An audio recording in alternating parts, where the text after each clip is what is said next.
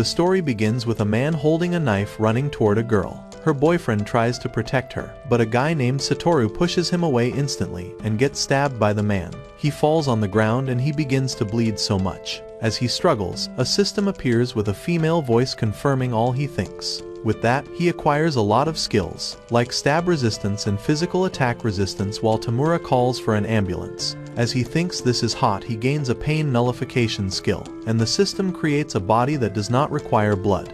Again, when he thinks, he feels cold. The system shows he has gained cold and heat resistance skills. Then he asks Tamura to come closer. As he holds his hand, he asks him to take out the hard drive out of his computer at home, put it in a bath, and wipe it out. Meanwhile, the system tries to do it, but fails. With tears, Tamura says, "All I wanted to do was show off my girlfriend to you, senpai." He replies, "Don't worry about me, just be sure to make her happy." Then he thinks, "So I'll die as a virgin. If I'm reborn, I'll screw every lady." With that, he gains predator skills and the extra skill of a sage, and from a sage to a unique skill of a great sage. After that, he says, "I need to have some quiet time," and right there, he gives up the ghost in that world and regains consciousness in another world. However, he can't see anything, as he tries to recall his last moment in the previous world. The system continues to work on building a new body for him. In the process, he can't feel his former body anymore. There are rocks, which he can now see, and he wonders why he's in such a place, instead of a hospital. In this world, his body continues to evolve, and we can hear his voice as he wonders what is actually going on with him. Soon, his body parts dissolve, and a slime appears. He feels he has come alive and decides to feel his new body. Surprisingly, he senses that he has turned into a slime from his former hot manly body. However, he soon realizes he reincarnated as a slime after dying, and so decides to love his new body, and all he can do now is to eat plants as he bounces around in this new environment. Eating plants, he wonders where the plants are going cause he never poops. Then his system answers, "It is stored in the stomach of your predator skill." He asks, "Who are you?" And she answers, "I'm the effect of your unique skill." Satoru asks what his predator's skill is. The voice answers, "It allows you to absorb objects and analyze them. You can then acquire the object's skills. It can also remove harmful objects that you cannot analyze." Satoru feels impressed hearing that, and he asks, "Can I analyze the plants I ate?" He did. The result shows the plant is a herb that only grows in areas rich in magicules. He asks, "What are magicules?" She replies, "They're the essential substance in all magical beings," he says. Then, "This cave must be full of magic for herbs to grow so much." He adds, "Can I convert the herbs to healing potions and store them in my stomach?" As he confirms it's possible, he begins to consume as many herbs as he can and converts them to potions in his stomach. Afterwards, he asks, "What about these rocks? Are they useful too?" She answers, "Yes, they are magic ore," and then he begins to consume them until he eats up almost all. Suddenly, he misses his way and falls in water. He begins to sink, making him wonder if he's going to die again. As he lands underneath the water, an idea comes to his mind to ingest some water, and he moves. Fortunately, he's able to gain the water pressure propulsion skill. The force pushes him out of the water and hits him on a wall. However, he bounces back in a cave, feeling no pain due to his pain nullification skill, and he can also repair damaged areas. This makes him love this body more. Suddenly, he hears a voice saying, "Can you hear me, little one?" But he can't respond. Upon realizing it's a dragon speaking, he thinks, "How can I answer when I don't have a mouth, Baldy?" Strangely, the dragon can hear him, and calling him Baldy gets him annoyed. He says, "I want to be nice at first, but now, I might just kill you." Satoru quickly apologizes, saying, "It's because I can't see you." The dragon laughs. Then, he says, "I will give you sight, but only on conditions." He asks what conditions. He replies, "Don't fear me when you can see me, and you must visit again." He asks if that's all, and he continues, "I was sealed here 300 years ago, and since then, I've been lonely." After Satoru agrees to his condition, he asks if he can sense magic, and he answers no. When he mentions magicules, he decides to try it out. Quickly, he activates the skill, which helps him sense the magic around him, while his system confirms he has gained the skill, and it's more powerful. She asks if he wants to try it out, and he confirms yes. After a while, he can see things around and he feels so excited about it. He leaps for joy towards the river nearby to see his reflection. He turns to appreciate the dragon, and his look scares him. He signals for him to come closer, which he does. The dragon then introduces himself, saying, "I'm Veldora, the storm dragon, and one of the 4 true dragons in this world." Then he laughs wickedly, making Satoru panics. Dragon asks, "Are you afraid?" He answers, "No, I'll come visit again." Seeing he's leaving, Dragon yells stop. Then he wonders how a slime like him could think and sense danger. He asks, "Do you have extraordinary abilities?" He answers, "Not sure because I was reborn as a slime." The dragon replies, "That's unusual. I've never seen anyone come here through reincarnation, and when any human comes to this world, they gain special abilities." Satoru gets to know how he got his skills, and he decides he'll try and find humans who travel there. He asks if he's about to go, and he replies, "I will stay for a while." The dragon feels happy, telling him to stay for as long as he wants. Satoru asks him to tell him why he's sealed there. Then, he begins. A flashback reveals how the dragon turns a town into ashes by mistake. A lady hero then came to slay him, and he lost to her. He admits his opponent is very powerful. She's a human hero blessed with divine protection, and she overpowers him with her unique skill and seals him using unlimited imprisonment, which shines behind him. He says the hero's is a summon, and it will take 30 mages to perform rituals to bring her to this world. Satoru asks, "Are there mages here?" He says, "Yes, they can use magic to curse a summon not to defy the summoner." Satoru says that's cruel, but the dragon says only the fittest can survive in this world. He adds, "I've been living a boring life here since I'm sealed." Satoru feels pity for him, and then offers to be his friend. He reluctantly agrees, saying, "If you insist." Satoru answers, "Yes, I insist. Otherwise, I won't come here again." They touch each other as a sign of friendship and light shine. With that, he becomes friends with the storm dragon, while his funeral is being held in his former life. However, he wonders if Tamura gets rid of his computer without looking at it first. Meanwhile, he did, wishing that his soul rest in peace, and promises to name his unborn son Satoru in his honor. Afterwards, Satoru asks his new friend what they will do about his imprisonment. Dragon blushes, and Satoru says, "Don't give me that look. You are not some cute girl." Then he says, "Help me, I'm running out of magic." Satoru realizes the cave is filled with the dragon's magic and asks, "What if your magic runs out?" He replies, "I'll die." Sad, he says, "I don't want you to die." He moves closer to him, trying to use his predator's skill to consume the spell, but he fails. Dragon responds, "I don't think it's possible," ignoring his words. He asks his system, "Is there a way?" She analyzes and gives results. Satoru then tells him, "We have to analyze the spell from inside and outside to break it." He replies, "I can't analyze from inside anymore. My skills were sealed with me." Satoru says, "I will analyze for you. Just give me the data about it." He replies, "It will take time. Can you wait then?" Satoru suggests that the dragon enter him. Seeing his reaction, he explains, "I'll use my predator skill to analyze the spell, and you can then destroy it from the inside." After assuring him he'll be fine, Dragon laughs, saying, "Let's do it. I trust you with my life." He asks if he's sure, and he answers it'll be fun to break the spell together. Satoru agrees, and as he prepares to consume him, he says, "Wait, let me name you before we start, and you'll name me too." Names connect monsters, souls, and make them a true monster. Satoru says, "Sounds good." Then he thinks of a cool name to give the dragon. After a while, a name sticks and he says, "I'll call you Tempest." When he asks what he thinks, Dragon responds, "What a fantastic name." Satoru is relieved that he likes it, while he also names him Rimuru. Lightning flashes as his soul is transformed and the name engraved upon it. Each of them repeats his name, lighting up the cave. After that, Rimuru says, "I will eat you now," and Dragon agrees. He activates his predator skills and eats up the dragon, compressing until he's back to his normal size. Then the system asks, should the spell analysis begin? He replies, "Yes."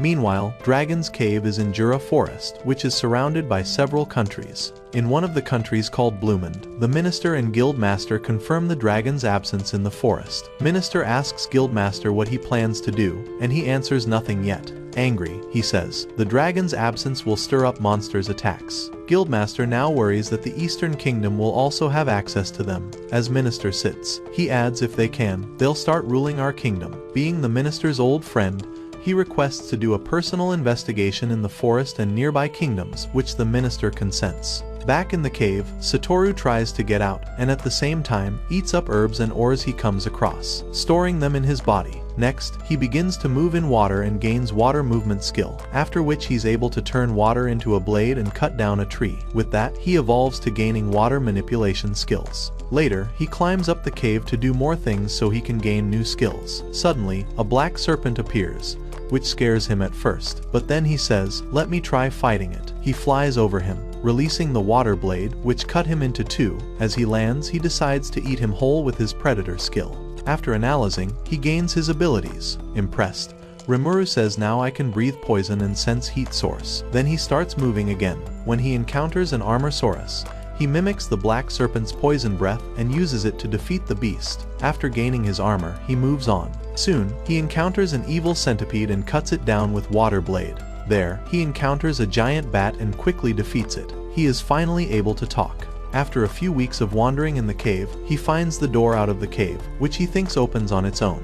As the door slowly opens, he's surprised to see some guild members at the entrance, who had been struggling to open it for a long time. They say it's been long since anyone visited the cave. As the girl enters with her torch, Rimuru realizes they're adventurers. With his magic sense skill, he's able to understand what they say and the system suggests he talks to them. Fearing they might attack him, he hides. One adventurer uses stealth skill to move them unseen, but as Satoru slips out the door, they still notice him. Finally out of the cave, he enjoys the sunlight in the forest, but still thinks about his dragon friend. He hops around the forest seeing beautiful birds and hills. As air blows on him, he wishes he could taste it. Just then, a group of goblins appears with weapons in their hands. He notices they look weak and their weapons are broken. Their leader asks, "Why are you here?" To reply, he produces a sound wave, but his voice is so loud that the goblin becomes afraid and falls. Sensing his powerful aura, they bow to him, saying, "Please lower your voice." He speaks softly, asking what they want. The goblin leader pleads, "Strong one, please help us."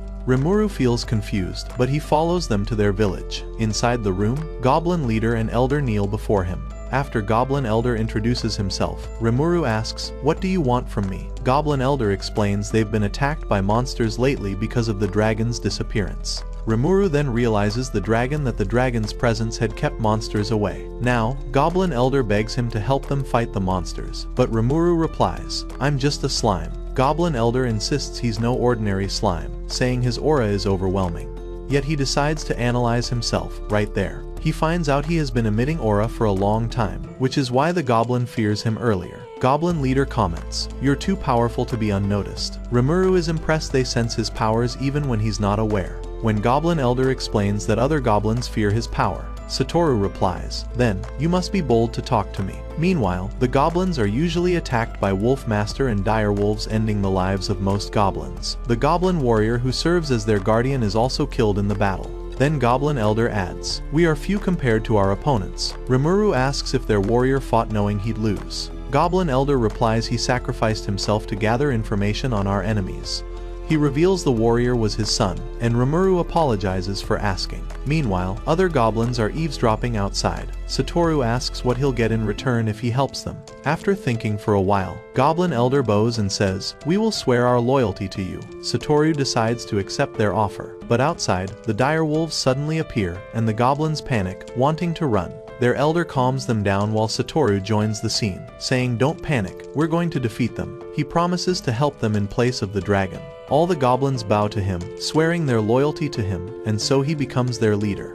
Afterwards, he assesses the goblins and sees that only a few can fight. Most of them look beaten and weak. He asks if they're ready for battle, and they answer yes, willing to risk their lives. Rimuru tells them to relax and just do their best. Then, he asks them to take him to the wounded goblins, and they arrive at the room where they are kept. Seeing their wounds, he tries to heal them, eating up one of them, and when he vomits him back, surprisingly, he's completely healed. Meanwhile, what he did after eating was to make him swim in the healing potions in his body. Seeing it works, he did the same for others. The wounded goblins, now fully healed, make others bow to him. Then, he suggests building a fence around the village for protection. At night, the wolf monster appears with his allies in the forest, and they decide to destroy the goblin village so they can live there. Having confidence in their claws and fangs, they boast they can defeat any monster, and his allies howl in agreement. Then, they charge towards the goblin village. Unexpectedly, they stop seeing that the goblins have built a fence around their village. They also see Rimuru, who asks them to turn back.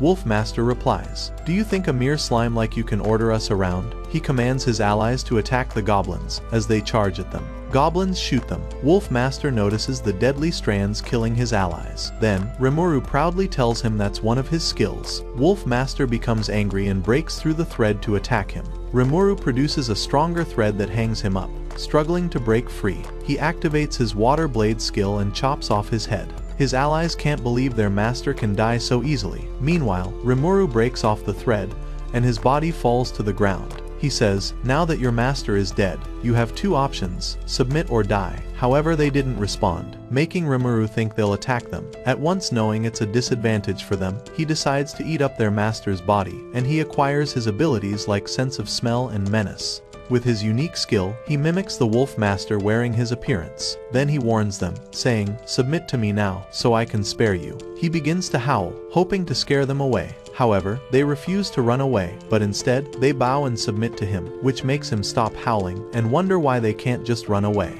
He turns back and says, now the fighting has ended. The goblins celebrate their victory. Next morning, the goblins and direwolves gather, and Rimuru, as their new master, wonders how they will survive living together. Then, he says he will pair them up. The goblins become afraid and Elder asks what he means exactly. He replies, it means to form a group of two. Seeing their reaction, he adds you should all get along as friends now, working together and helping each other. After that, he suggests they form teams to hunt for food, build houses and strengthens the village defenses. He wants to call them by name. When he asks Elder the goblin names, he says, monsters don't have names. Rimuru says, he will name all of them, which shocks them. Goblin Elder confirms this, and they all cheer up. Even Elder dances like a crazy man, making Satoru wonder if naming them is a big deal. After they line up, Satoru asks the Elder his late son's name. The Elder says Rigger, so Rimuru names him Riggard. As he renames his brother Rigger, Elder begins to cry, feeling grateful that his other son inherits his late brother's name. Next, he names the other goblins one after another, and they feel so excited. While at this, Elder and his son come to him. They ask if it's actually okay for him to name all of them at once. He assures them he'll be fine, and he continues. After he has named all the goblins, he decides to name the direwolves. The wolf monster's son comes first and he thinks of a fitting name for him. He decides to name him Ranga, and light shines. Suddenly, Rimuru feels he's weak, and his body stretches. Sadly, his system warns him that he's reached the limit of his magical power, and he can only recover after 3 days. At night, fire is set around him while 2 goblin girls caress him. Elder also watches over him. Meanwhile, Rimuru is still conscious and regrets not listening to Goblin Elder. After 3 days, Rimuru finally recovers. A goblin girl who has been watching over him greets him and says she'll inform Elder he's awake. As she leaves, he wonders, who is this cute girl? Just then, Elder arrives, now transformed into a hobgoblin. Surprised, he asks, what happened? Elder explains, I ranked up and evolved in the last 3 days because you named us. Rimuru then realizes why his magic is drained. Suddenly, Ranga breaks through the wall. He asks, is that Ranga? As he replies, yes. The whole tent breaks outside. The goblins and wolves celebrate the awakening of their master. He joins them and sees that the other goblins haven't evolved that much. The male goblins evolve as hobgoblins and females as goblinas. Next, Rimuru and Ranga are seen on a mountain, and he's surprised all the wolves has evolved. Meanwhile, he only named Ranga. Ranga tells him they are connected as one, so they share his name to evolve. He adds, now we are no longer direwolves, we're tempest wolves. Rimuru gives him a thumbs up just then. Ranga Menace is activated, and it blows him away from the mountain while he runs after him. At the end he falls off. Back to the village, the goblins and wolves now relate well, and are being watched by Ranga, the Goblin Elder, and Rimuru. They gather together like a family, and Rimuru explains he would like to set some rules to prevent problems. First rule, no fighting humans. Second, no fighting themselves. And third, no belittling other races. Rigger asks, why can't we fight humans? Elder tries to shut him up. But Rimuru answers, it's because I like humans. Later, he adds humans are stronger. It's better to get along with them. After that, another goblin asks what he means by no belittling other races. He replies, it means the stronger ones among you should not look down on the weak ones. Then, they all agree to follow the rules. He appoints the Elder as Goblin Lord to lead the village. The Elder tears up, bows, and accepts the role. Meanwhile, to lighten his responsibilities, he assigns some goblins to guard the surroundings and some others to gather food. However, the team he assigns to build houses and make clothes didn't do a great job. The house collapses even before they finished it, and the clothes are a little revealing. Goblin Lord tells him none of them has cloth making skill. That makes him suggest they get them from somewhere else. Goblin Lord recalls some cloth traders once visited the village, and so they can ask them for help. He adds that the traders are dwarves. Hearing that, Rimuru says he would visit them while Goblin Lord looks after the village. Next day he set out on the journey with some goblins. The villagers wave him goodbye, and they leave the village riding on wolves to the city of the dwarves.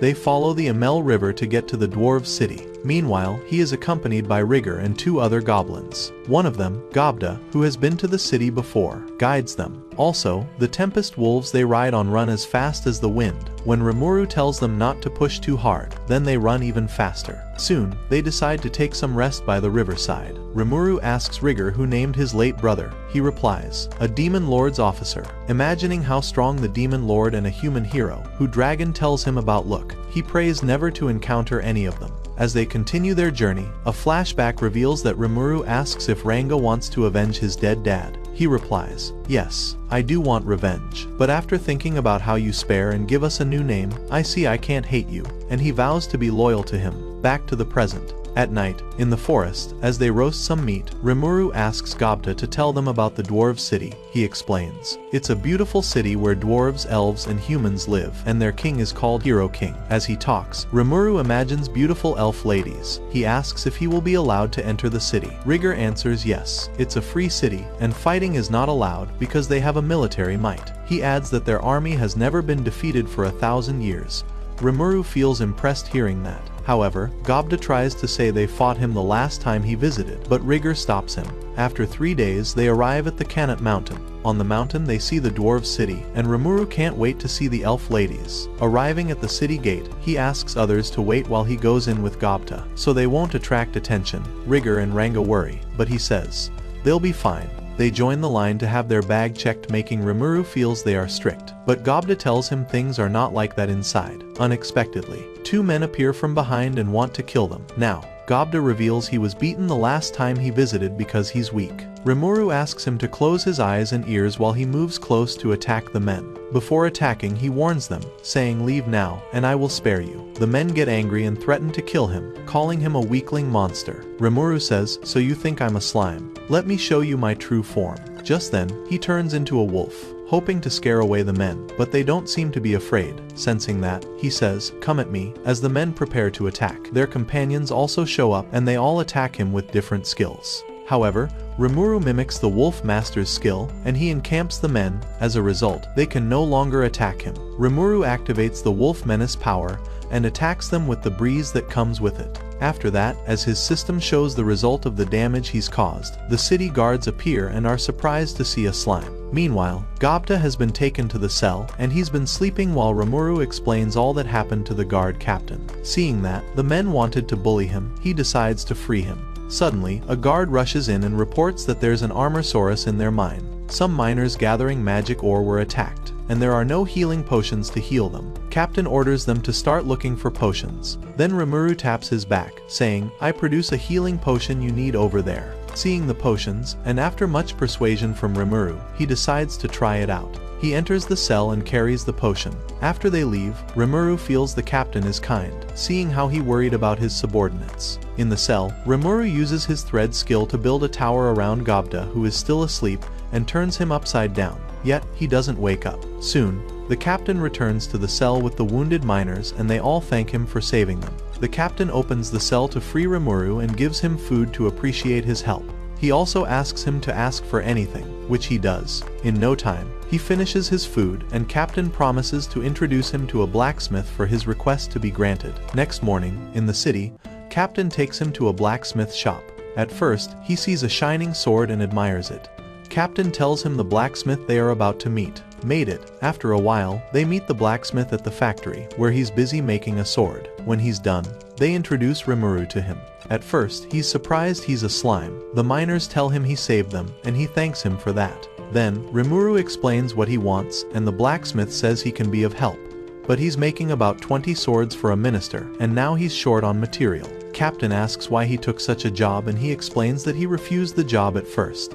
But the minister asks him to prove himself as the best blacksmith with the task, so he has to take the job to keep his honor. He says he needs more magic ore, and that was what the miners were trying to get before the Armorsaurus showed up. Blacksmith continues working as he has to deliver the 20 swords in the next 5 days instead of 2 weeks. Rimuru pities the blacksmith. Then he remembers that he had consumed magic ore some time ago, and he vomits it in the presence of everyone. The blacksmith is extremely surprised, saying this is pure magic ore. Strangely, Rimuru asks, "Old man, are you blind?" He removes his glasses to see well, and he realizes it's not a magic ore, it's a magisteel cluster that can be used to make stronger swords. He asks Rimuru what he can do to have the cluster, and he proudly jumps on it, saying, "That's what I want to hear from you." Then he says, "I need to find some artisans who will come to my village to teach my villagers craft work." He asks if that's all he wanted. He adds we need clothing, shelter, and weapons too. Blacksmith promised to get all done, but needs to finish making the swords first. Rimuru activates his great sage ability and asks the blacksmith to show him the sword he had already made, and they show him. He praises the blacksmith's skill and asks why the blade is shining. He replies, "It has a magisteel core." Hearing that, Rimuru consumes the sword, which amazes everyone. He asks his system to analyze it with his great sage ability and then use magisteel cluster to make some copies, which it successfully creates. Everyone is shocked as Satoru vomits several swords. Then he says, "I made the 20 swords you need to deliver." Afterwards, the miners invite him to a bar party where he can see the elf ladies he has always desired. Rimuru agrees to go with them, and again, he imagines the beautiful elf ladies. Soon, they arrive at the party. The elf ladies welcome them, and one of them runs to hug him. Another takes him from her, claiming she has her eyes on him first. Then, all of them make him enjoy the softness of their boobs. Blacksmith says, "I see you are enjoying yourself," and they all smile. Later, one elf lady then says, "Let's drink," and they agree. During this time, Rimuru feels like he's in paradise and wishes he can be there forever. But he knows fun times never last forever.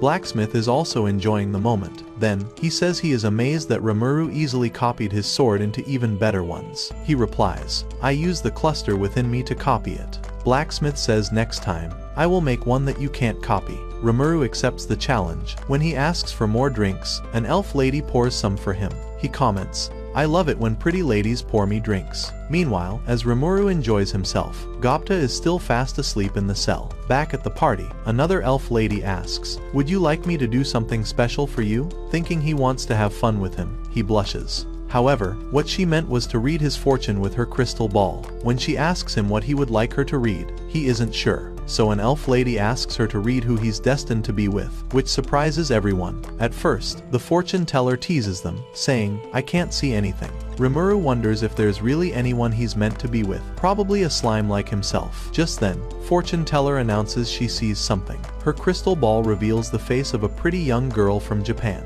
They compliment her beauty, making Rimuru blush. Fortune teller asks if she's curious about her, and he replies, "Yes," he thinks. "If she's also from Japan, then I'll like to meet her." Unexpectedly, the minister appears, saying, "Is this the time to have fun, blacksmith?" As he walks in, he reminds him that he has little time left to make the swords. Blacksmith replies, "I already sent them to you," but minister didn't believe it. Blacksmith says he has the invoice to prove it. Minister feels impressed while Rimuru wonders if he intentionally gave him such an impossible order. Then, minister asks, "Why is a slime here? I feel sick seeing him." When he asks the bar owner, she replies, "Don't worry, he's harmless," he says. "But he's a monster." The bar owner ignores his words and offers him a drink instead, and he collects the drinks. Surprisingly, he pours the drinks on Rimuru, which makes him angry, but he didn't react, knowing he's a minister in the city. His system analyzes the drinks, but he ignores it. Just then, Blacksmith angrily punches the minister, accusing him of mistreating his guest. The minister responds, "How dare you do that to me?" Blacksmith becomes angrier and punches him more. Rimuru worries if that won't get him into trouble, but Blacksmith turns back and asks him, "Would you like me to work for you as an artisan?" Rimuru happily agrees. Afterwards, the blacksmith and the miners are arrested. Captain asks why he hits the minister. He replies, "He was rude to my buddy, so I gave him a little scolding." Captain tells him he can't scold a minister. Meanwhile, Rimuru is also arrested. Captain adds, "What you did is against the law, so I'll have to keep you in a cell until your trial." Then, they are all taken to the cell. In the cell, Gobta is still fast asleep, which annoys Rimuru. Blacksmith blames himself for their trouble and apologizes, but the miners assure him not to worry. Rimuru asks if they'll really be tried. Blacksmith answers, "Yes, maybe we will just pay fine." He asks, "But why does that minister seem to dislike you?" Blacksmith then explains that he used to serve his nation's king as the captain of the Royal Knights. At that time, the minister was his assistant, and he hated that he was his superior.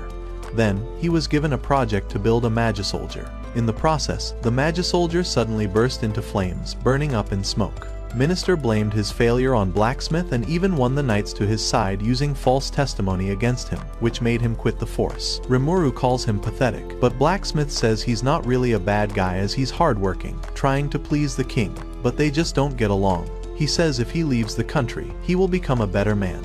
Then, he stands and vows to Rimuru henceforth, and they shake hands. The miners also say they will go with him, and one of them asks Rimuru if they can follow the blacksmith. He replies, I will be glad to take all of you in, but be ready to work. At night they all sleep lying in the cell except for Rimuru. While he's still awake, Gobda finally wakes, and when he asks what happened, Rimuru says, we've got work to do, so you'll have to stay here. He adds, you can call the wolves to help you get out if you want, thinking it will be unfair to get him involved in their trouble. Next day, they are taken to the palace courtroom and await the arrival of the king. Soon, his arrival is announced. They bow to welcome him. Then he sits and watches from above them. Afterwards, the trial begins and they are asked to rise. During the trial, the accused isn't allowed to speak, so a proxy speaks for him. But this time, the proxy unexpectedly defends the minister instead. Blacksmith realizes he's been bribed. Also, the minister fakes he's being injured. Minister asks the king to pass a strict judgment on them, making Rimuru concludes the minister is a bad guy, but the king is silent. Rimuru doubts they'll be let off easily. Sure enough, the judge sentences the blacksmith to 20 years of hard labor in the mines, and his allies to 10 years. With that, the court is adjourned, but the king stops them, saying long time, no see blacksmith. He and his allies fall on their knees to greet the king without looking into his face. Then, he asks if he would like to return to his royal post. Blacksmith raises his head and says, forgive me, king, I have another master now who I swore to and will never turn back from. The knight wants to attack him, feeling he's rude to the king, but king signals them to ease and decides to pass his judgment. He sentences the blacksmith and his allies to exile. Rimuru feels relieved, while the king looks sad. The blacksmith, feeling betrayed, weeps quietly. After they all leave, king asks the minister if he has anything to say, but he is speechless. King then says, I just lost a loyal servant, thinking he's referring to blacksmith. Minister says, but he never swore loyalty to you, but to a slime. King replies, no, not him. He is not the loyal servant I lost. He adds, you know I waited years for you to get better, even after you failed the Magisoldier project. But you never live up to my expectations. The judge then shows him Rimuru's potion made from herbs for complete recovery. He says it's never possible to make such a potion in their city. The king then mentions that Rimuru the slime gave it to them. He says minister's action has damaged their relationship with him. Realizing Rimuru is the loyal servant he meant, minister weeps, falling on his knees. He says, I've always wanted to be useful to you. A flashback reveals king passing through the village when minister was still a young boy, and since then he admires him. Back in the present, minister regrets his actions and even for envying blacksmith. Then he apologizes and asks the king to forgive him. However, the king orders him never to show himself before him. After thanking him for his service over the years, he stands to leave. Minister cries bitterly. Next, the captain and the exiles are at the city gate. Captain asks Rimuru to take care of blacksmith. Then he declares their exile, asking them to leave the city. As they move, the city gate is closed. Rimuru asks them to keep going, as his friends are waiting in the forest. Despite all that happened, Rimuru is able to get artisans to go with him to the village. Back in the palace, King asks if his secret spy had punished the proxy for lying, and she replies yes. The king then instructs her to monitor Rimuru's movement, and be careful not to get caught, showing that the king is interested in his power. Next, in Bloomin Kingdom, Guildmaster confirms the Eastern Empire isn't trying to cross the Dragon Forest to attack them. Turns out, the trio with him are his guild members who just returned from searching the Dragon Cave. Guildmaster then asks them about the forest. Cavil and Aaron suggest resting before reporting, since they just got back. But Guido reveals that they spent the whole journey arguing. To cover themselves, Cavil reports that the dragon has truly disappeared, and when they searched the cave, they couldn't find him. The Guildmaster grants them 3 days off, but orders them to resume their search for the dragon in the forest, instead of the cave, leaving them afraid. After leaving, the trio still feels annoyed about the Guildmaster's order, and Kamal, their leader, says he hates that he has to complain too. Just then, a masked lady appears behind them. Cavil asks who she is, but she ignores his question and says, can I go with you to the Dragon Forest? Aaron answers, sure, you can, but Cavil accuses her of taking his role. Aaron goes ahead and introduces them to her, while she also says I'm Shizu. Cavil asks Shizu to follow them if she wants. Next, we see Ranga and Rimuru by the riverside. Rimuru suddenly transforms into a Tempest Star Wolf and tries out his new skills, Black Lightning, to break a rock afar. Then, he turns back into a slime, impressed by the power of his new skill. Seeing that also impresses Ranga, and he rides his master to the end of the mountain. Right there, Rimuru recalls past events. After a few weeks of returning with the exiles, Blacksmith teaches the goblins how to make a sword. The miners, one named Garm, teaches them how to make tan hides. Dord teaches them craft, and Murd, an architect, teaches them art. Now, he reveals they are building a house already, though when they first returned, other goblins' villages joined them. Then, Goblin Elder explains that they heard their village now has a savior, so they come for refuge. Analyzing them, he discovers they are now 500 in number. He analyzes again to see what will happen if he sends them away, and he sees dangerous monsters are roaming in the forest and may devour them. He, however, consents that they stay with them. Thereafter, he names all of them and spent 3 days again to recover his magic. Back to the present, he returns to the village with Ranga, and he meets Gobta, teaching the new goblins how to summon a Tempest Wolf. When he summons one, everyone is amazed. Rimuru never knew he had such ability when he nearly forgot his sleepy head in the cell at Dwarves City. It was then that he prayed so hard for help and was able to summon a Tempest Wolf, which he rode out of the kingdom. He joined them to return to the village, and since then Rimuru feels he will be of great use. Also, the Goblin Elder has been promoted as the Goblin King. He now leads the village heads who join them. As he runs to meet Rimuru, we see he has even evolved further. He reports that Rigger and his team spot some suspicious beings in the forest. Rimuru asks, "Are they monsters?" He replies, "They are humans, likely some spies." Elsewhere in the forest, the guilds run as the giant ants pursue them after Cavil stabbed the monster's nest, and others blame him. Just then, Shizu stops and turns back to attack the monster with her sword blazing with fire while the monsters charge at her. Shizu wields her sword and unleashes fire at them, but it has no effect. This forces her to fight the monsters. One on one, she keeps slaying them until she's able to beat down the last one. The guilds can't believe their eyes as they watch her slay the monsters. However, one who is half dead attacks her again. She struggles against the monster, and just as it's about to devour her, black lightning strikes it, and the guilds rush to her side. Gato asks what strikes the monster, and Cavil tells him it's black lightning. Just then, Rimuru shows up and they wonder why a slime is here. Cavil is shocked to hear he can speak, but Rimuru ignores him and returns Shizu's mask. Then, he realizes it's her face he saw in the fortune teller crystal ball. While Shizu thanks him for saving her, and they all return to the village. At the village, Goblin King tells Rimuru he has given the guilds food when they said they were hungry, and Rimuru praises him for his kind act. He enters the room where the guilds are eating and finds their faces familiar. His system analyzes them and reports they're the trio he met when leaving the dragon's cave. Shizu eats with her mask on, making Rimuru concludes his destined partner has some unique skills. Goblin King begins the introduction. First he introduces Rimuru as their master, and the guilds are surprised. Seeing their reaction, Rimuru decides to relate well with them. He introduces himself and says, "I am not a bad slime." Cavil apologizes for their reaction, saying it's just hard to believe a monster can save us. Aaron says thanks for the delicious meat, while Gato also appreciates him. Then, Rimuru asks now, "Can you tell me why you are here?" At first, Cavil introduces the guilds and says Shizu is just a temporary member who joins them for this mission, and she also mentions her name. Rimuru feels she is truly from Japan with her sitting posture. In between that, we see the goblins are still working hard to build new houses. Back to the room. After Cavil had revealed the reason for their mission, Rimuru sees that Storm Dragon's absence does a lot of harm than good. Rimuru informs them about the village construction, and later tells them to sleep over till the next day.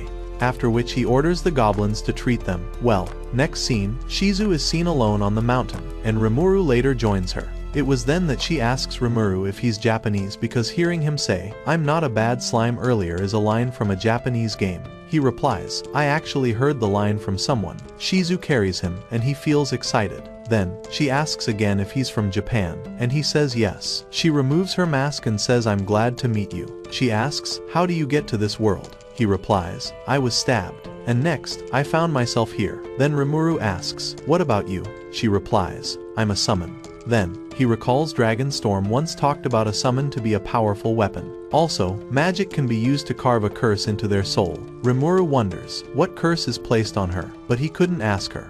He asked when she was summoned, and she says, a long time ago, when her town was burning during a war, she and her mum try to escape, but her mum dies in the process. Rimuru decides to cheer her up by using his sage ability to show Shizu some of his memories. First, she sees his office. She also sees Japan City's beautiful view. After seeing the airlines, Shizu feels impressed. Then Rimuru tells her that shortly after the burn down, Japan's economy improved. Shizu wishes her mum sees that too. In response, Rimuru says, I want to make the world a peaceful place for everyone. Suddenly, something sparks in her, and she drops Rimuru. When he asks if she's fine, she says yes, and then wears her mask. Then Blacksmith shows up asking to see him. He decides to follow him, saying bye to Shizu as he leaves with him. While alone, Shizu recalls when the town was burning. Turns out she was the little girl we see escaping with her mum at the beginning of this story. Remember, she disappears in the air. Now we get to know she was mistakenly summoned by a demon lord. Seeing she wasn't his true summon,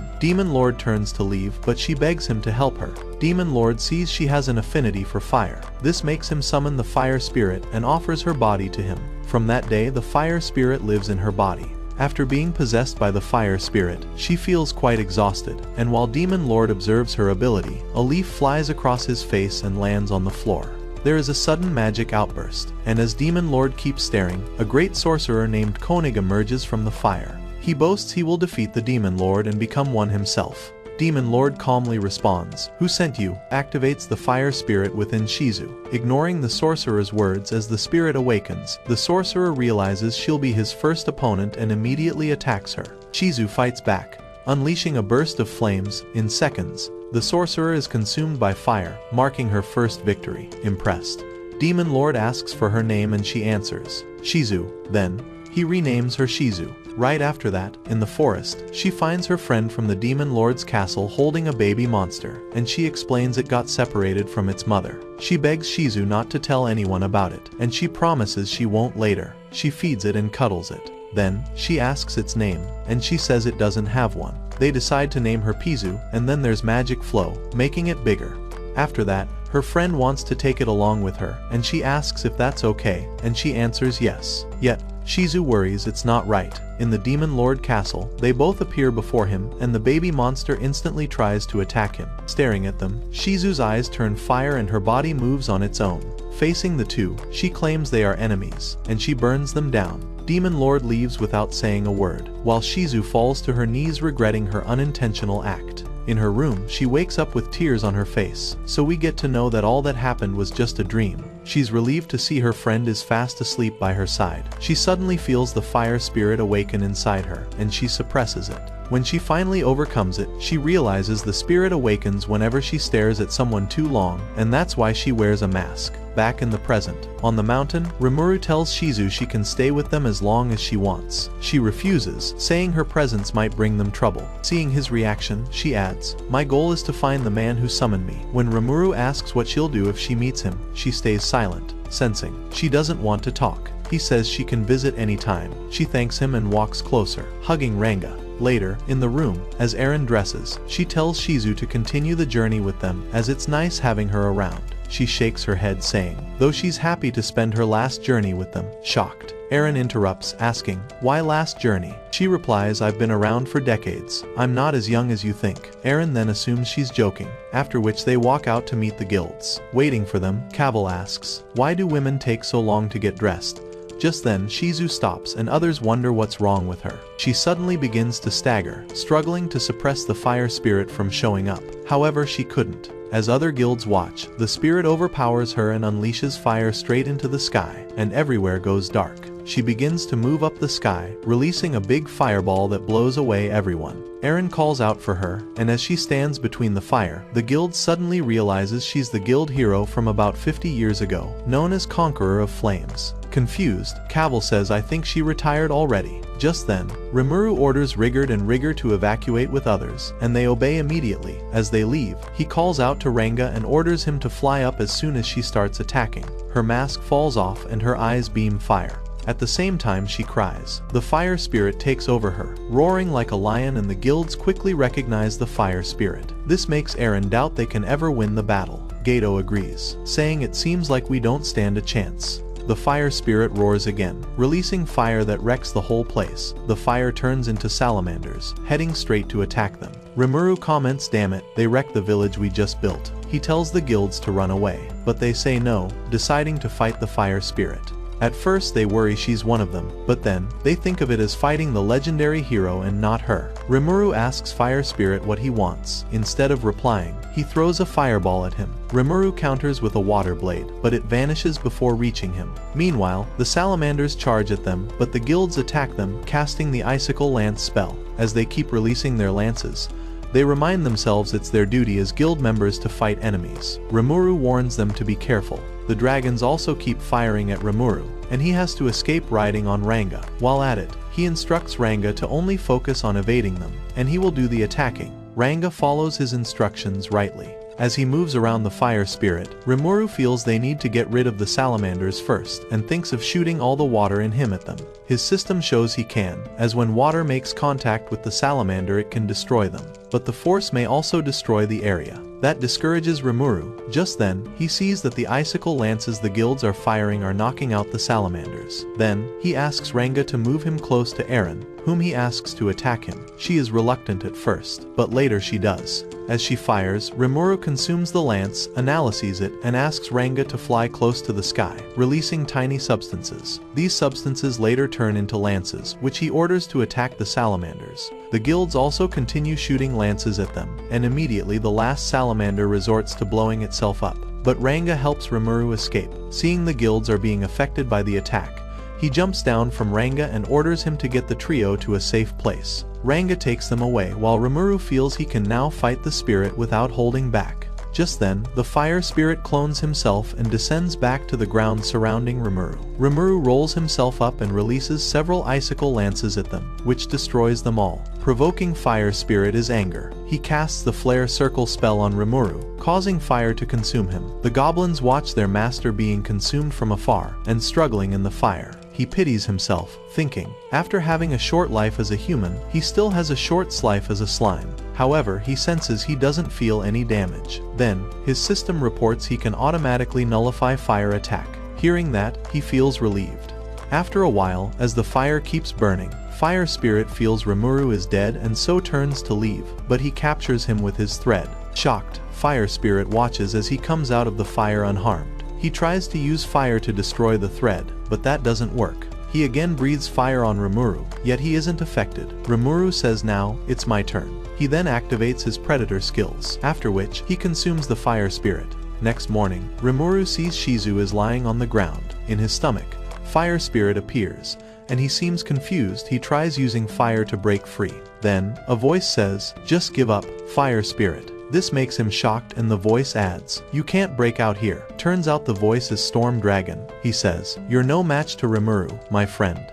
And as he reveals himself, he says I will like you to fight me instead. Next scene, in the room, Shizu is seen lying on the bed. She thanks Rimuru for stopping her from killing her travel companions like she later killed her friend. Then, she says, would you mind listening? Rimuru says you shouldn't talk much, but she says, I want my story to remain in people's hearts. Outside, the goblins continue with the village construction while Shizu narrates the story of how he serves the Demon Lord. She says she was his loyal servant until she met a masked hero. Flashback reveals Demon Lord abandons his castle cause of a battle, leaving Shizu behind as the rear guard. The hero approaches her and they fought. With her flaming sword, he attacks the hero, but she can't beat her. Back in the room, Shizu says the hero didn't kill her. Rather, she asks her why she's in the castle and how she survived staying there. In the castle, after answering her questions, she consoles her as she cried emotionally. The hero then took her in and gave her a mask. She said the mask would boost her magic resistance and suppress the fire spirit in her. She tries to reach out for the mask and Rimuru helps her. She says by traveling with the hero, I learnt about this world and magic, and with the power of the mask, I can also control fire spirit skills to help others.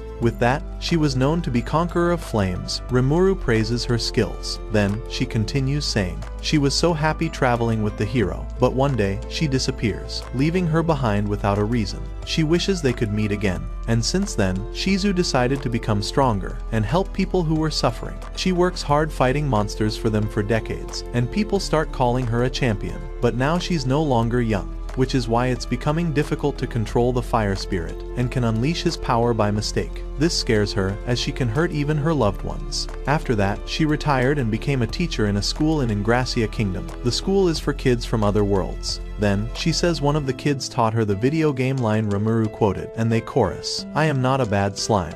She recalls it's so much fun teaching the kids and those days were peaceful. However, some of them eventually went off on their own and leave her, but one of them went on and became a grand master who oversee all guilds in all countries. So she thought there was nothing left to teach anyone, especially now that her life is close to an end. But one thing she remembered, her search for the man who summoned her. Rimuru asks her if she wants revenge, and she says, I want to find out something from him, which is why I joined the guilds in their journey, and they are nice people even though they can look for trouble. Now, she asks Rimuru's name. At first, he says I told you before, I'm Rimuru, but she says your real name, and he replies, Satoru. She also says, my real name is Shizue, and she sighs. Rimuru says you should sleep now, but she says I want to ask for a favor. Rimuru replies, ask me anything. Then she says eat me, just like you ate the fire spirit, and that will make me happy. Rimuru seems confused, and then she adds, I dislike this world, still I can't abhor it. I don't want to be absorbed by this world. She places her hand on him and says, this my last request, let me rest inside you.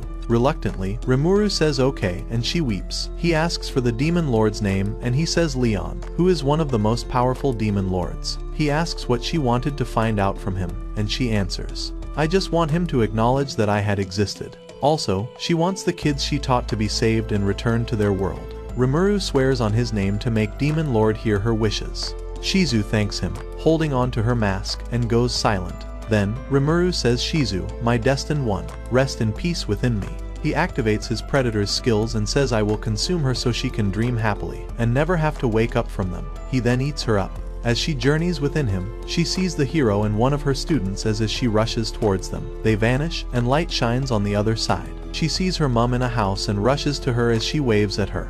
She turns into a kid and hugs her mum. Back in the Goblin village, Eren worries about Shizu. When they get close to the room, Goblin King comes to welcome them. As they enter, they are shocked at what they see, realizing that Rimuru has taken the appearance of Shizu. Afterwards, they get to know Shizu is dead, and the guilds doubt if the new girl is really Rimuru. Goblin King says, I can identify my master even in a new body. Cavil apologizes for doubting and says she looks smaller than Shizu. Rimuru turns back to the slime that he is, which made the guilds amazed. Eren then asks if he eats Shizu like fire spirit. He answers that was the only burial he could give her and apologize for not telling them first. Cavil says we understand. He then personally apologizes to Eren for not telling her, and she says I just wish I could say goodbye to her. Rimuru mentions that Shizu says she had fun traveling with them. He adds, she also says you are troublemakers, and the two turn to Cavil and they start to argue who causes trouble first. Afterwards, the guilds decide to return to their country. Cavil says they have to report to the guildmaster about their findings and Shizu, and they promise not to say anything bad about the Goblin village. Before they leave, Cavil asks one last favor, which Rimuru permits, and he asks him to take his human form again. Without arguing, he turns into Shizu's appearance. They bow and says thank you, Shizu, and that amazes him. Cavil promises to be a better leader and Gato to treasure the time they spent together. With tears, Eren hugs her, saying, you're like a big sister to me. Rimuru pats her head, feeling glad the three of them are her final travel companions. Rimuru decides to gift them new robes which looks really good on them. Rimuru tells them they are parting gifts made by their artisans, and he introduces Blacksmith and the miners to them.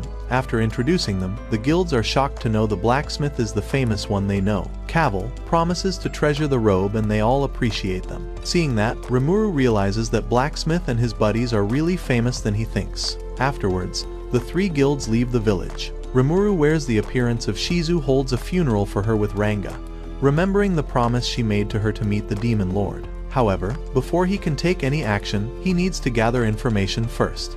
And from there, Rimuru, who dies as a random person in his old life. Now, meeting the dragon and Shizu in this new world gives him a purpose to live for. Next scene, Rimuru, in his slime form, feels right after holding a funeral for Shizu. Then we see a strange beastman staggering as he walks. All of a sudden, he falls, and an unknown man approaches him. He says I will give him a name and some food. Turns out he's a beastman too, and he asks who he is, and he says I'm Gelmud. Think of me as your father. After a while, he agrees, and he names him Geld. There is magic flow, and he says one day he will take possession of the forest of Jura and become the orc disaster.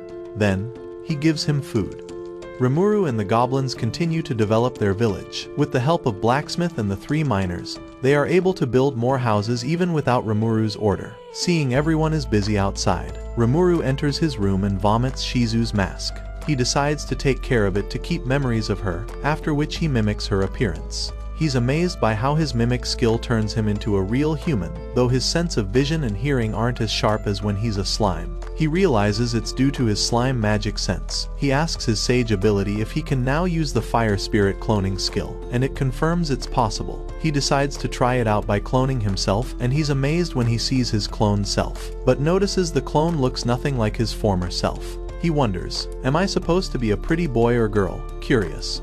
He decides to check what gender he is in this human form. He is disappointed to see that he has no gender at all. Still, he brushes it off and gets dressed, since as a slime he never had one anyway. He realizes he didn't use extra magic energy when mimicking Shizu. His system explains that it's only needed when creating a larger form, so he uses extra magic to create a full-grown male form, then a female form, which looks almost exactly like Shizu. He orders the clone to vanish, thinking it's wrong to look like Shizu. Outside, Goblin King reports the work done and Rimuru praises him. When Goblin King asks if he wants to eat, Rimuru first thinks he's still a slime. Realizing he's in human form, he decides to join them for meals from then on. Goblin King promises a feast that night. While walking through the village, Rimuru wonders what food he'll taste first. He runs into Rigger and his food search team, and asks them to bring back something tasty. Gobda asks if Rimuru will eat with them, and he answers, yes. He jokes about food making his chest bigger. Annoyed, Rimuru kicks him away. Rigger apologizes on his behalf, and promises to hunt a bull deer for the feast, since magical beasts are now many in the forest. Surprised, Rimuru asks, why are they many? Rigger replies, it's just due to environmental changes. Doubting that, Rimuru summons Ranga to follow them.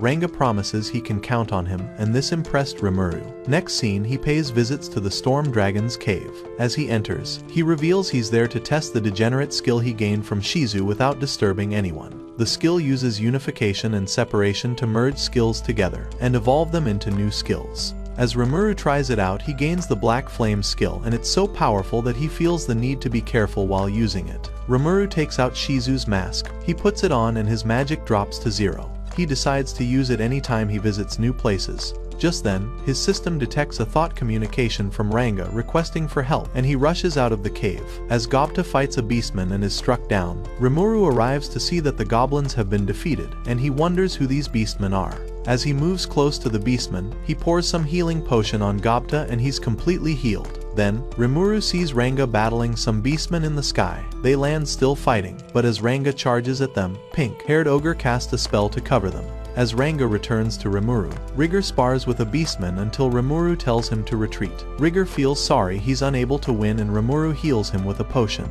He asks what's wrong with the fallen goblins, and they tell him the ogre put them to sleep with magic. Rigger says the beastmen are ogres, and Rimuru steps forward, apologizing for his men's actions and trying to talk it out, seeing they're clearly stronger yet spared the goblins. He feels there is a reason for it. Then, red-haired ogre says, "Show your true form." Rimuru asks, "Why call me that?" And he replies, because no human can control monsters. The ogres insist he's hiding his form and aura, demanding he reveal his true self, but Rimuru is afraid they'll see he's just a slime. Red-haired ogre decides to attack when Rimuru won't comply. He tries to reason with them, but the ogre says he will cut off his head to avenge his comrades they had killed. Ranga asks, "What do we do?" Rimuru replies, "Attack the pink-haired ogre but not kill her, while I deal with the other 5. Ranga seems worried, but he assures him he won't lose to them, while red-haired says, "Come at me already." He impatiently charges at Rimuru but misses him, only to see him behind using paralyzing breath on his comrade, who collapses unconscious. Another attack from behind, but he quickly dodges and captures her with his sticky thread. However, he didn't allow her to fall. Blue-haired ogre tries to hit Rimuru's mask, but his hand turns into armor. Breaking his sword, he hits him back with the armor hand, sending him crashing into a tree. Old ogre discovers Rimuru is using unique skills he gained from the cave monsters and warns the red-haired ogre to be careful. Hearing that, Rimuru is amazed by his power to see that, and feels he has to caution himself, saying, "Let's just stop now and reason together." Red-haired ogre replies, "I know you're strong, but that just confirms that you are one of them." Confused, Rimuru asks, "One of who?" He says the orcs. "You attack us with your comrades." Rimuru tries to explain his innocence, yet old ogre's attacks from behind aims at his head but his armor hand is cut off instead. Rigger and others look scared, but Rimuru assures them he's fine, and wonders how old ogre managed to break through his armor so easily. Red-haired then says, "You must be bold to still be calm after losing your arm, but still, I will bring you down."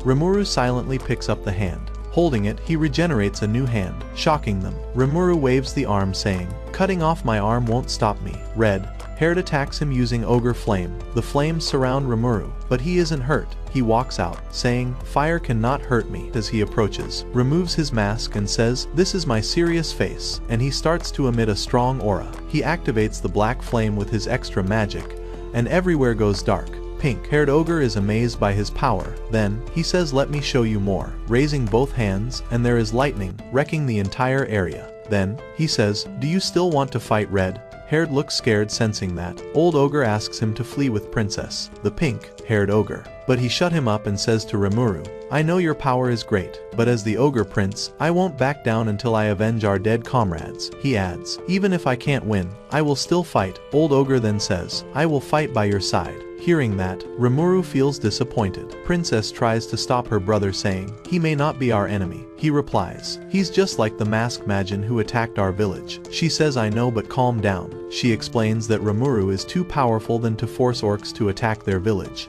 as he has the power to just kill them if he wants. Seeing red-haired feels calm, Rimuru dismisses the black flame, returning everything to normal, after which red-haired asks him who he is. He replies, "I'm just a slime." He transforms into his slime form and jumps on Ranga. The ogres are amazed. He vomits the mask, saying it's for someone he knew. Red-haired moves closer to check the mask, and he sees it similar to that of their attacker, just that he doesn't conceal his own aura like Rimuru. Unexpectedly, red-haired ogre kneels before Rimuru and says, "Forgive us for the misunderstanding." Rimuru says, "Well, I forgive you." Then, he suggests they head back to the village to talk. Red-haired is hesitant at first, but Rimuru insists. While old ogre apologizes to Rigger and Gobta, Rimuru invites them to their feast, saying, "It will be merrier if they join," and so the ogres follows them to their village. They return with a beer for the feast. Rimuru asks red-haired his name, and he says they don't have names. That night in the village, after dinner was prepared, the goblins gathered around, quietly watching Rimuru.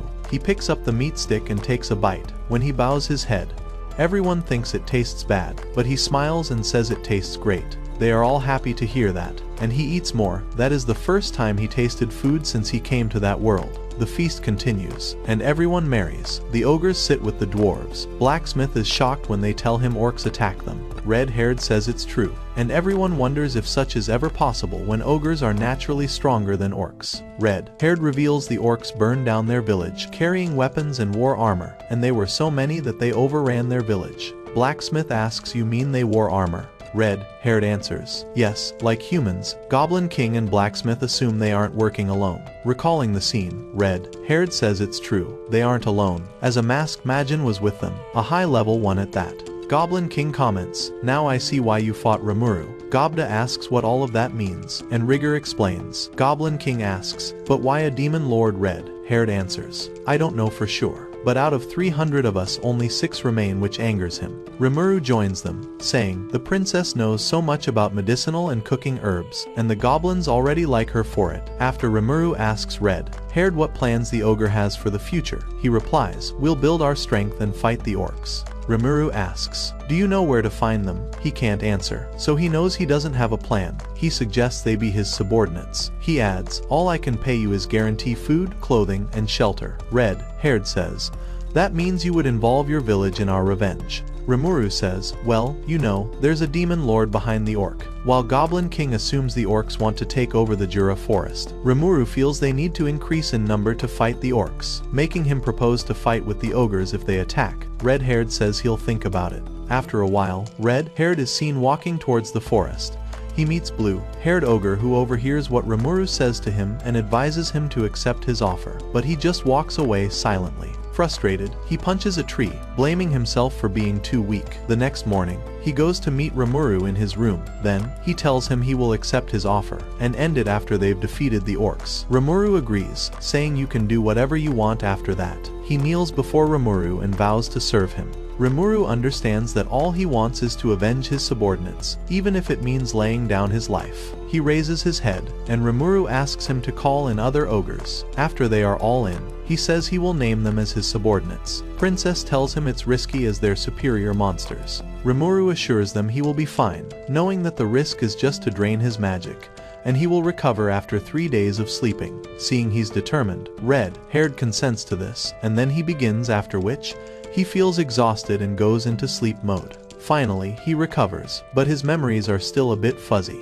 Red-haired comes to greet him. He has evolved into a Kijin. After being named, Kijin is an uncommon ogre race. Meanwhile, his body looks smaller, and his magic improves. Then, the princess too says, "You named me Shuna." Meanwhile, she looks prettier after evolving. Next, purple-haired ogre says she likes the name he named her. She looks hot and more intelligent after evolving. Rimuru also sees old ogre has also evolved into a Kijin, looking a lot younger. Blue-haired also evolved and looks more handsome. Then Rimuru's system shows naming the superior monsters drains almost all his magic. They say the 6th ogre is in the blacksmith's workshop, and just when they are talking about him he appears. He has evolved from his huge size to a smaller size, and now all the ogres evolved. Meanwhile, elsewhere in the Jura forest, a huge orc army has invaded the forest, also in the lake in the middle of the forest controlled by the lizardmen. The lizardmen find out that the orc army are trying to invade their territory, so their leader orders them to prepare for battle. Some lizardmen report that the orc army is about 200,000, which is twice their number. The leader dismisses the reporters.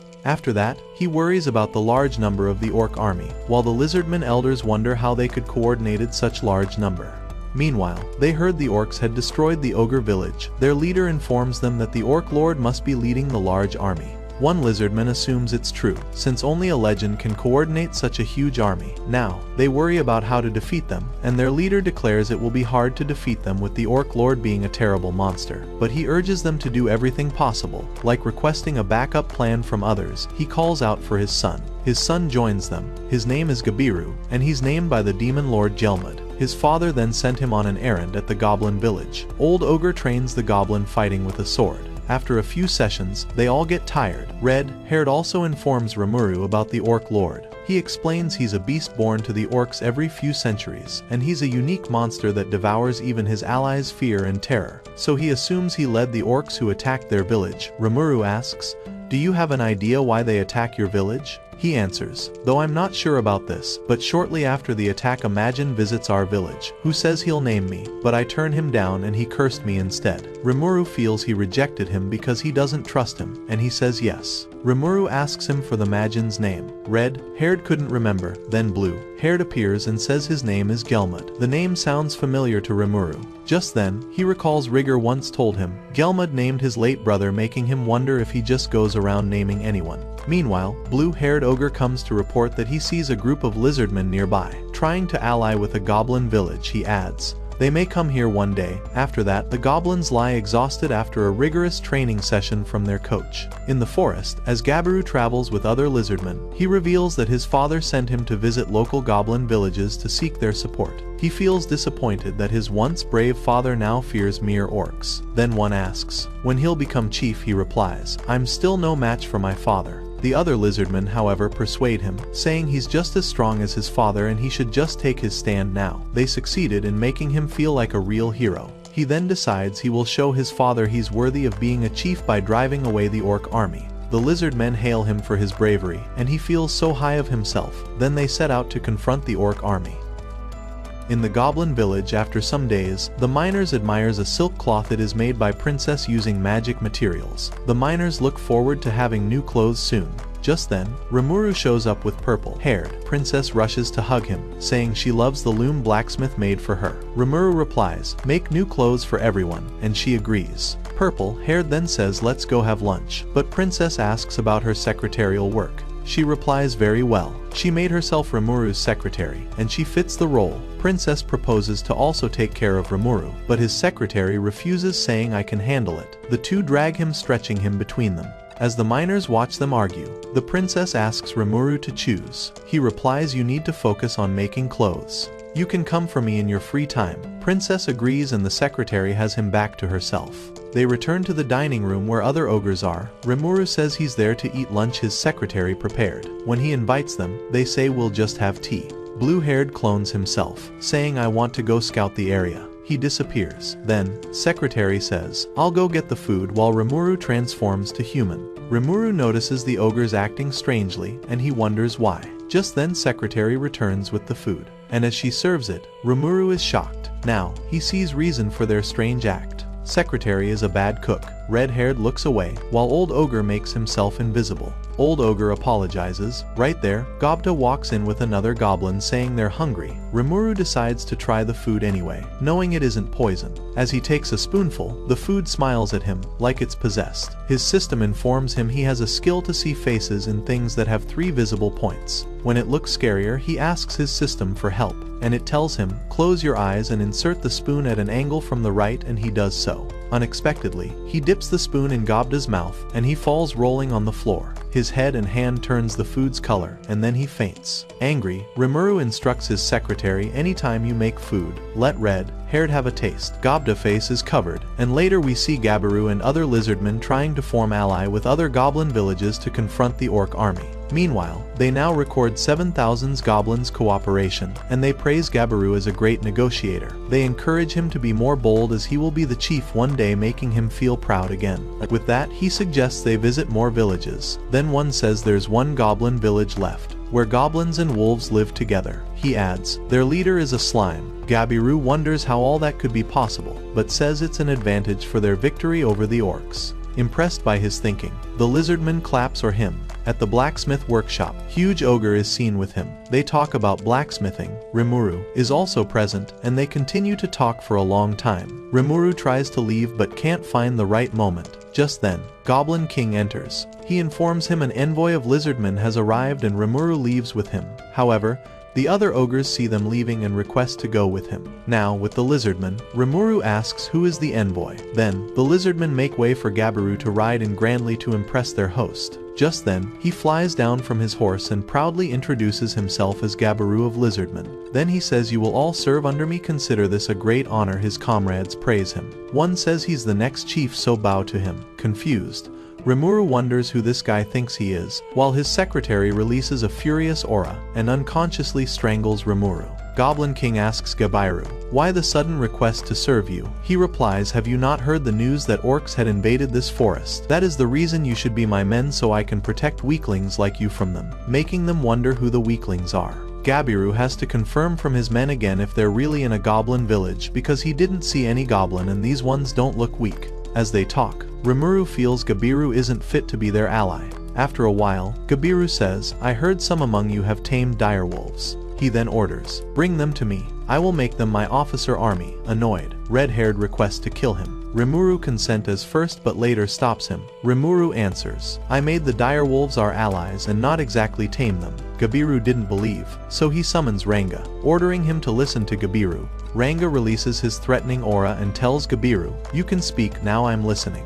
Gabiru asks if he is Wolf Master without an answer. He admits Ranga's great appearance and majestic presence. However, he asks, with all of this, why make a slime your master? Well, I know he deceived you and I will help you fight him. The lizardman cheers Gabiru on as he shows off, but Ranga emits a furious aura, angry for insulting his master. Just then, Gobta joins the scene and asks what's going on. Meanwhile, everyone thought he dead from Secretary's food earlier. System says he's gained poison resistance. This impresses Rimuru since he doesn't have such skill. Ranga grabs Gobta, gives him a spear and promises to reward him if he defeat Gabiru. Rimuru is amazed by how Ranga believes in Gobta, while Gabiru says he wants him to fight his subordinates to hide his shame of losing. Ignoring his words, Rimuru asks Gobta to fight seriously. If he wins, he'll get a personal sword as gift. If he loses, he will eat Secretary's food again. Gabiru shows off his strength as he's ready to fight. Ranga announces the start of the battle and Gabiru boasts they can never lose to him.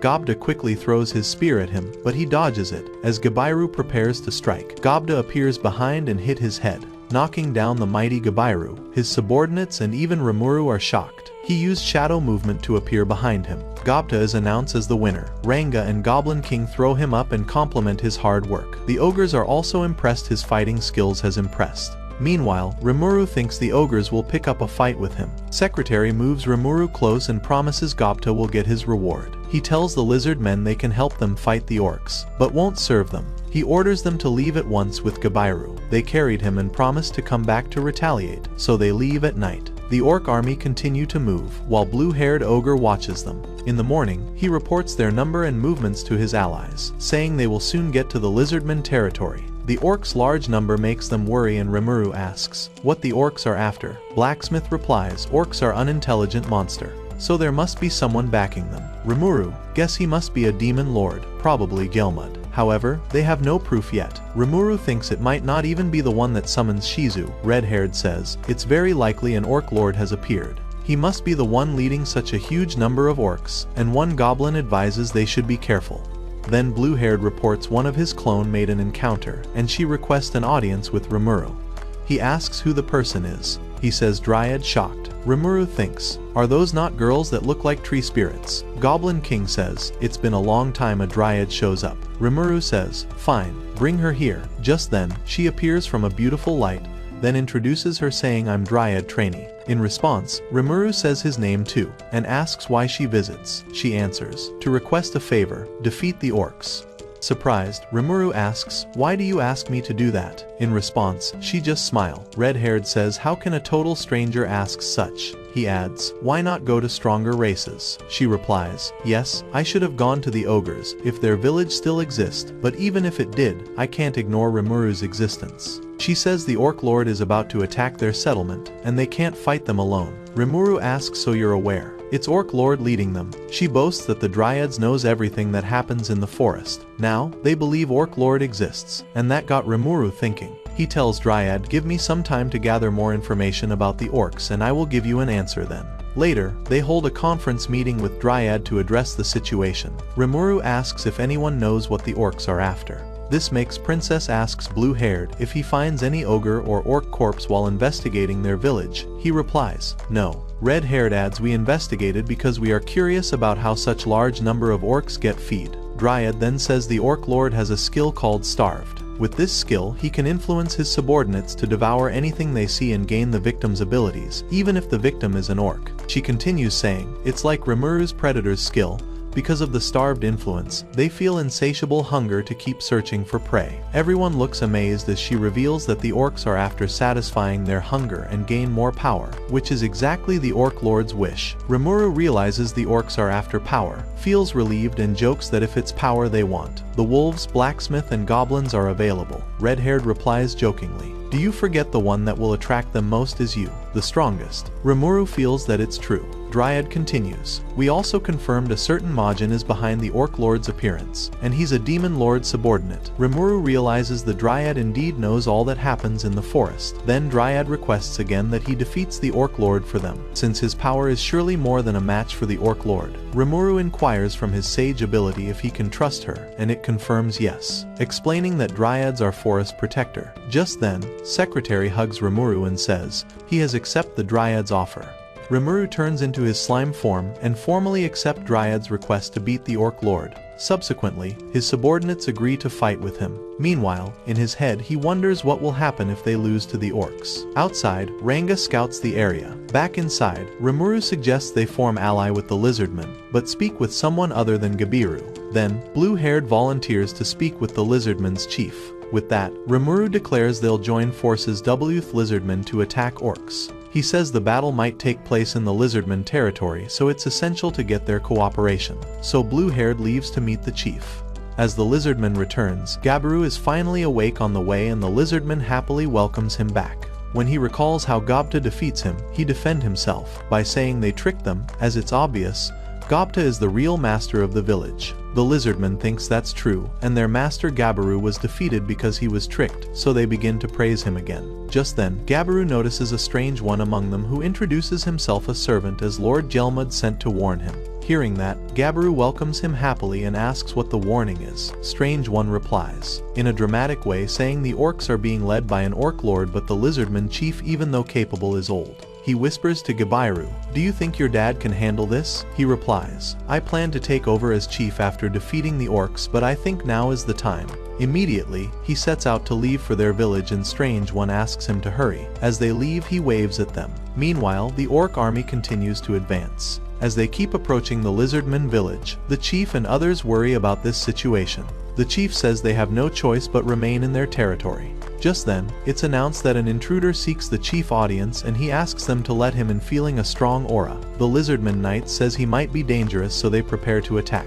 As the intruder enters, the chief asks, "Why are you here?" Turns out it's blue-haired ogre, and he says, "I come to relay my master's message." Hearing that, they feel relieved. Then he says, "My master desires to form an ally with you." Chief asks, "Who is your master?" He answers he is Great Rimuru. He receives a personal request from the Dryads to defeat the orc army led by Orc Lord. One lizardman says, "Your master must have feared the Orc Lord and wants us to save him." Chief shut him up. Still, he tries to attack Blue-haired, but he strangles his neck with sticky thread. Chief apologizes for his rudeness and begs Blue-haired to spare him. He releases him, saying, "I didn't mean to harm him, just can't stand him mocking my master." Chief says, "Judging your aura, you're an ogre." He replies, "Not anymore. Now I am a Kijin." Chief, knowing Kijin are powerful, ogre says, "Then, your master must be stronger than Kijin." Thinking he has no reason to reject his offer, Chief says, "I have a condition to accept this offer." Blue-haired asks what. He replies, "To meet you, master." Blue-haired assures him they will meet him in the next 7 days, but they shouldn't fight the orcs before then. That said, he bows and takes his leave. As he leaves, Chief sits and says he feels they now have hope of victory. He gathers all lizardmen and announces that they don't need to fear the orc army anymore, as powerful reinforcements will join them in 7 days. He instructs them not to make any move until they arrive to avoid them getting devoured by the enemy. He warns them again not to fight as he doesn't want any of his men dead. 4 days later, some lizardmen defense encounter an orc and kill him. They wonder if that is really an orc and that they will be facing 200,000 of such beasts. At that moment, Gabby returns and heads straight to his father. He asks him if he succeeded in recruiting the goblins to assist them. He answers yes. Then, he asks, "Why can't we just confront the orcs already?"